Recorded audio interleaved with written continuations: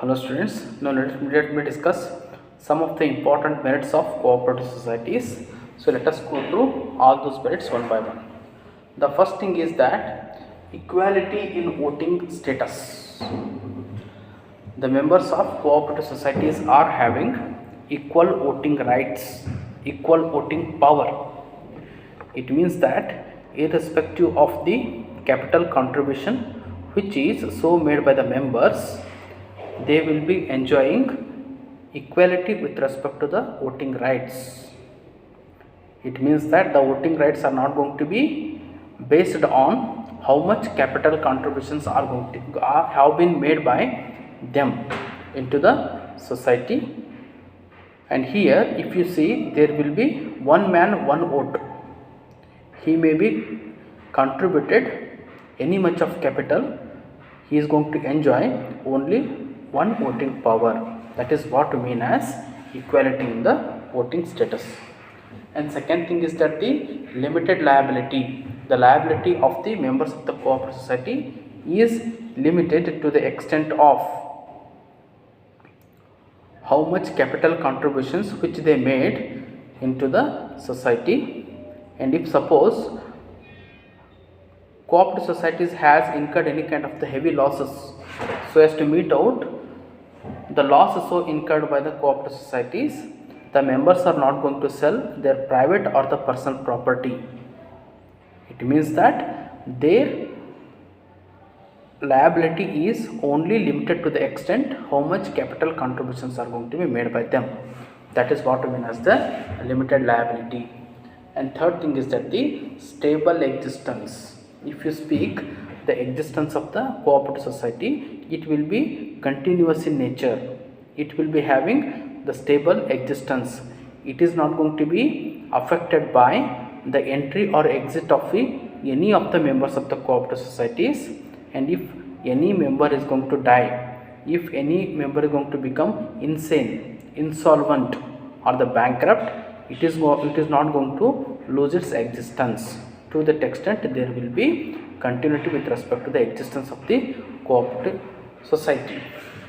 And fourth thing is that the economy in operations. Economy in operations in the sense, the cooperative societies are going to maintain the economy with respect to the activities and the operations which are going to be engaged by them. Why? Because their main intention is that they want to remove the middleman so as to sell the products which are going to be produced by the cooperative society. And if you see the members also the customers, and the producers are the members of the cooperative society. And so as to, and if the producers and customers are the members, automatically you can rightly reduce the cost with respect to the operating the operations and with respect to performing any kind of the functions. That is why to that extent they are having the economy with respect to the operations. And last thing is that the ease of formation. The formation of a cooperative society will be involving very simple procedure and simple steps.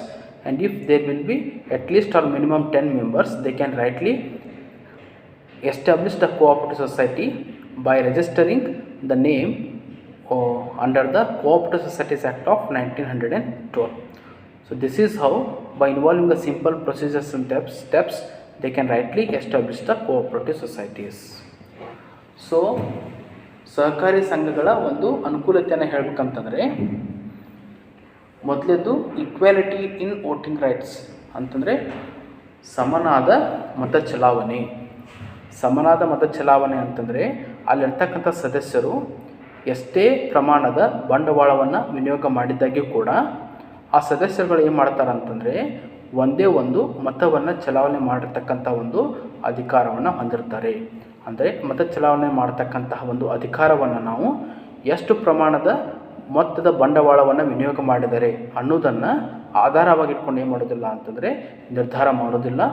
ಒಬ್ಬ ವ್ಯಕ್ತಿಗೆ ಒಂದೇ vote ಮತ ಅಂತಕ್ಕಂಥ ಒಂದು ತತ್ವ ಸಿದ್ಧಾಂತದ ಆಧಾರದ ಮೇಲೆ ಏನು ಮಾಡ್ತೇವೆ ಅಂತಂದರೆ ಈ ರೀತಿಯಾಗಿರ್ತಕ್ಕಂಥ ಒಂದು ಸಂಘ ಸಂಸ್ಥೆಯಲ್ಲಿರ್ತಕ್ಕಂಥ ಸದಸ್ಯರು ಏನು ಮಾಡ್ತಾರೆ ಅಂತಂದರೆ ಸಮ ಪ್ರಮಾಣದ ಒಂದು ಮತ ಚಲಾವಣೆಯನ್ನು ಮಾಡ್ತಕ್ಕಂಥ ಅಧಿಕಾರವನ್ನು ಹೊಂದಿರ್ತಾರೆ. ಎರಡನೇದೇನು ಅಂತಂದರೆ ನಿಯಮಿತವಾಗಿರ್ತಕ್ಕಂಥ ಒಂದು ಹೊಣೆಗಾರಿಕೆ ಅಂತಂದರೆ ಈ ರೀತಿಯಾಗಿ ಸಂಘ ಸಂಸ್ಥೆಗಳು ಯಾವುದೇ ರೀತಿಯಾಗಿರ್ತಕ್ಕಂಥ ಹಾನಿಗೆ ಒಳಪಟ್ಟರೆ ಆ ಹಾನಿಯನ್ನು ಭರಿಸ್ಬೇಕಂತಂದರೆ ಆ ಒಂದು ಸದಸ್ಯರ ಹೊಣೆಗಾರಿಕೆ ಅನ್ನುವಂಥದ್ದು ಆ ಒಂದು ಸಂಘ ಸಂಸ್ಥೆಯಲ್ಲಿ ಎಷ್ಟು ಪ್ರಮಾಣದ ಬಂಡವಾಳವನ್ನು ವಿನಿಯೋಗ ಮಾಡಿದರೆ ಅಷ್ಟಕ್ಕೆ ಮಾತ್ರ ಏನಾಗಿರ್ತದೆ ಅಂತಂದರೆ ಸೀಮಿತವಾಗಿರ್ತದೆ. ಯಾವುದೇ ಕಾರಣಕ್ಕೂ ಆ ಒಂದು ಸಂಘ ಸಂಸ್ಥೆ ಮಾಡಿರ್ತಕ್ಕಂಥ ಹಾನಿಯನ್ನು ಭರಿಸಬೇಕು ಅಂತಂದರೆ ತಮ್ಮ ಸ್ವಂತ ಮತ್ತು ಖಾಸಗಿ ಆಸ್ತಿಯನ್ನು ಮಾರಬೇಕಾಗಿರ್ತಕ್ಕಂಥ ಒಂದು ಅವಶ್ಯಕತೆ ಇರೋದಿಲ್ಲ.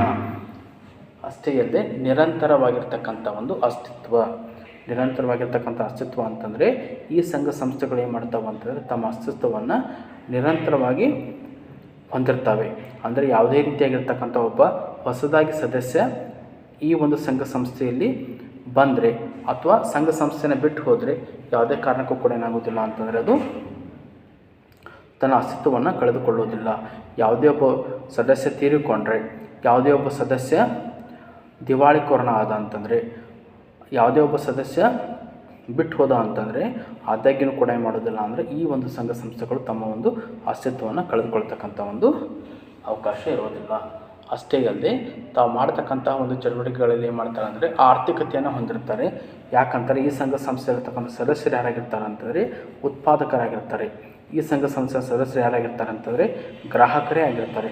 ಅವರ ಉದ್ದೇಶ ಏನಾಗಿರ್ತದೆ ಅಂತಂದರೆ ಒಂದು ಒಳ್ಳೆಯ ಗುಣಮಟ್ಟದ ಒಂದು ವಸ್ತುಗಳನ್ನು ಏನು ಮಾಡಬೇಕು ಅಂದರೆ ನಾವು ಅತಿ ಯೋಗ್ಯ ದರದಲ್ಲಿ ಕೊಡಮಾಡಬೇಕು. ಅದಕ್ಕೆ ಏನು ಮಾಡ್ತಾರೆ ಅಂತಂದರೆ ಯಾವುದೇ ರೀತಿಯಾಗಿರ್ತಕ್ಕಂಥ ಮಧ್ಯವರ್ತಿಗಳಿದ್ದಾಗ್ಯೂ ಕೂಡ ಆ ಮಧ್ಯವರ್ತಿಗಳನ್ನು ಏನು ಮಾಡ್ತಾರೆ ಅಂದರೆ ಹೋಗಲಾಡಿಸ್ತಾರೆ. ಒಟ್ಟಿನಲ್ಲಿ ಒಂದು ವಸ್ತು ಏನಾಗಬೇಕು ಅಂತಂದರೆ ಕಡಿಮೆ ಯೋಗ್ಯ ದರದಲ್ಲಿ ಸಿಗುವಂತೆ ಮಾಡಬೇಕು ಅಂತಕ್ಕಂಥ ಒಂದು ಉದ್ದೇಶವನ್ನು ಕೂಡ ಹೊಂದಿರ್ತಾರೆ. ಅಷ್ಟೇ ಅಲ್ಲದೆ ಏನು ಅಂತಂದರೆ ಸುಲಭವಾಗಿ ನಾವು ಏನು ಮಾಡ್ಬೋದು ಅಂದರೆ ಸ್ಥಾಪನೆಯನ್ನು ಮಾಡ್ಬೋದು. ಈ ರೀತಿಯಾಗಿರ್ತಕ್ಕಂಥ ಸಂಘ ಸಂಸ್ಥೆನ ಸ್ಥಾಪನೆ ಮಾಡೋಕ್ಕಾಗಿತ್ತು ಅಂತಂದರೆ ಏನು ಮಾಡಬೇಕು, ಕನಿಷ್ಠ ಏನಾಗಬೇಕು ಅದರಲ್ಲಿ 10 ಜನರಿರಬೇಕು. ಅಷ್ಟೇ ಅಲ್ಲದೆ ಈ ಸ್ಥಾಪನೆಯನ್ನು ಮಾಡಬೇಕಾಗಿತ್ತು ಅಂದರೆ ಸಂಘ ಸಂಸ್ಥೆಗಳ ಕಾಯ್ದೆ, ಸರ್ಕಾರಿ ಸಂಘಗಳ ಕಾಯ್ದೆ 1912 ಪ್ರಕಾರ ಏನು ಮಾಡಬೇಕು ಅಂದರೆ ತಮ್ಮ ಹೆಸರನ್ನು ನೋಂದಾಯಿಸಿಕೊಳ್ಳಲ್ಪಡಬೇಕು. ಆ ಒಂದು ಸುಲಭವಾಗಿರ್ತಕ್ಕಂಥ ಒಂದು ಹಂತಗಳಲ್ಲಿ ನಾವೇನು ಮಾಡ್ಬೋದು ಅಂತಂದರೆ ಈ ರೀತಿಯಾಗಿರ್ತಕ್ಕಂಥ ಒಂದು ಸಂಘ ಸಂಸ್ಥೆಯನ್ನು ಕೂಡ ಏನು ಮಾಡ್ಬೋದು, ಸ್ಥಾಪನೆಯನ್ನು ಮಾಡ್ಬೋದು.